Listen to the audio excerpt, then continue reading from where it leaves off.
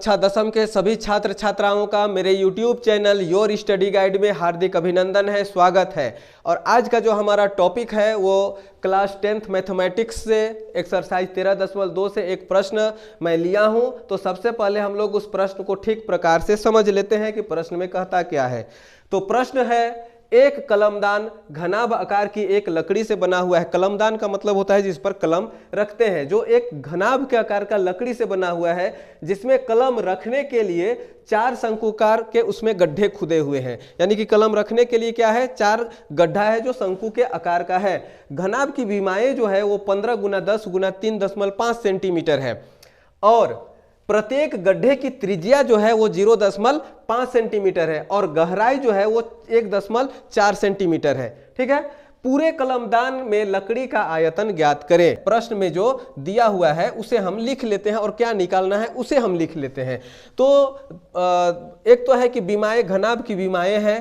घनाभ की विमाएं कितना है, L है हमारा 15 सेंटीमीटर, B है हमारा 10 सेंटीमीटर और H है 3.5 सेंटीमीटर। ठीक है, ये 3 चीज तो दिया हुआ है। और क्या दिया हुआ है, शंकु की त्रिज्या, शंकु की त्रिज्या भी है, वो कितना है 0.5 सेंटीमीटर। शंकु की ऊंचाई वो कितना है 1.4 सेंटीमीटर। ठीक है, इतना तो प्रश्न में दिया हुआ है। अब इसको हम लोग एक बार क्या करते हैं, चित्र से समझते हैं। अगर चित्र से समझ में आ गया तो आगे प्रश्न बनाने में कोई परेशानी होने वाला नहीं है। हम लोग देखेंगे चित्र में कि एक घनाभ के आकार का चित्र बना लिए, उसमें यहाँ 4 जो है वो शंकु के, चूंकि मैं केवल ऊपर वाले का लिया हूं, इसी को फिर मैं नीचे बनाया हूं। ये 4 हमारा शंकु के आकार का कट गया, जो नीचे आप लोग देख रहे हैं इस प्रकार से यहाँ कटा हुआ है।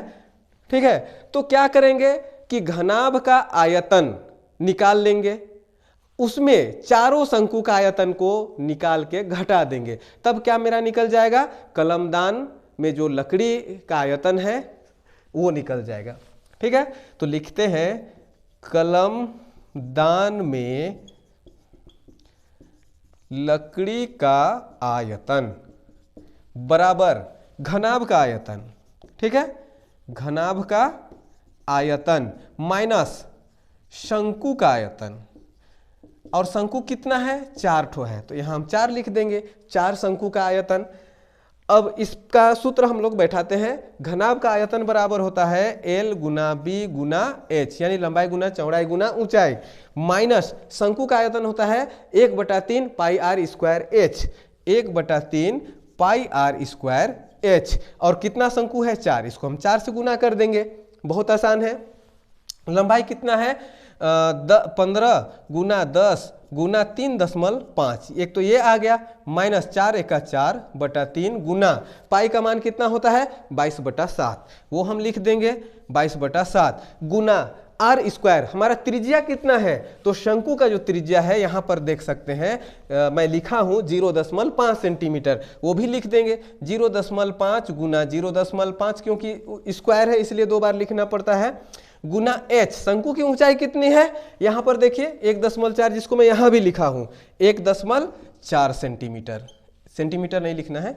ठीक है, तो ये तो हो गया। अब इसको हम लोग काटेंगे जहां जहां कट रहा है, तो क्या करते हैं, यहां पर 1 0 1 0 और 1 0, ये दशमलव अगर हम हटा देंगे और दशमलव के बाद एक अंक है तो 1 लिख करके हर में 0 बैठा देते हैं। अब इसको काटते हैं, 5 दूना 10, ये कट गया, 5 दूना 10, ये भी कट गया, यहाँ कट रहा है 7 दूना 14, ये कट गया। ठीक है, अब क्या करते हैं, ये 2 और ये 2 को काट सकते हैं। यहाँ पर देखिए 2 से फिर कटेगा, 2 दूना 4, ये कट गया, और कट रहा है क्या, और कट रहा है, देखिए 2 × 5 = 10, ये कट गया, और कोई कट रहा है, अब नहीं कट रहा है। तो इसको हम लोग पहले कैलकुलेशन कर लेते हैं। 15 × 10 करेंगे तो कितना आ जाएगा 150, 150 को 3.5 से गुना करेंगे तो कितना आएगा, 150 को 3.5 से गुना करेंगे तो कितना आएगा, इसी से मल्टीप्लाई करते हैं, 0 15 × 5 = 75 के 5, हाथ में बचा 7, 15 × 3 = 45 और 7 = 52। ठीक है, तो एक अंक बाद दशमलव है, यहाँ दशमलव बैठा देंगे तो कितना आ जाएगा 525 आ जाएगा, 25 माइनस, अब यहां देखते हैं क्या है, ऊपर में कितना बचा है, ऊपर में केवल 22 है तो हम 22 लिख दिए, और नीचे कितना है, यहाँ 3 है और यहाँ 5 है, 5 दिया 15, वो भी हम लिख दिए। अब क्या करेंगे कि 525 में इसको घटा देंगे। तो इसको घटाने के लिए हम दो प्रयोग कर सकते हैं, तो यहाँ लसा लेके उसको भाग दे देंगे, भिन्न का जोड़ भिन्न का घटाव बना करके। लेकिन आसान क्या है कि 22 को हम 15 से डिवाइड कर देंगे। इसको अगर हम लोग 15 से भाग देंगे तो कितना बार में जाएगा, 15 एका 15, ये दे दिए भाग। इसको घटाएंगे तो 22 में 15 घटाएंगे तो कितना बचेगा, 7 बचेगा, वो 7 लिख दिए। 0.0 अब इसको हम लोग कितना बार में दे सकते हैं, 15 चौके 60, 15 चौके 60, ये चला गया, शेष बचेगा 10। उसके बाद फिर दशमलव दिया हुआ है, एक जीरो और बैठा देंगे और इसको भाग दे देंगे। 15 छक 90, 15 छक 90, फिर 10 आ गया, फिर जीरो, फिर 15 छक 90। अब यही प्रक्रिया चलते रहता है, तो प्रक्रिया को आगे बढ़ाना नहीं है बल्कि यहीं पर रोक देना है। और हम भाग दिए तो कितना आ गया, 1.466। अब एक चीज मैं बतला देता हूं कि दशमलव के बाद कम से कम 2 अंक तो लेना ही चाहिए, तो हम दशमलव के बाद 2 अंक तक लेंगे। लेकिन तीसरा अंक क्या है उसको भी देखेंगे। अगर 5 से बड़ा है तो हम क्या करेंगे, उसको अप्रोक्सिंग करेंगे, 5 से छोटा है तो अप्रोक्सिंग नहीं करेंगे। तो यहाँ तो 5 से बड़ा है तो अप्रोक्सिंग करेंगे, तो अप्रोक्स करेंगे तो कितना हो जाएगा, 1.47 हो जाएगा। यानी कि भाग दिए तो अप्रोक्सिंग किए तो कितना आ गया, 1.47। तो यहाँ पर घटा देंगे 525 माइनस 1.47। अब 525 में 1.47 को घटाते हैं तब कितना आता है, यहाँ पर मैं घटा लेता हूँ, 525.00 दे दिए 1.47।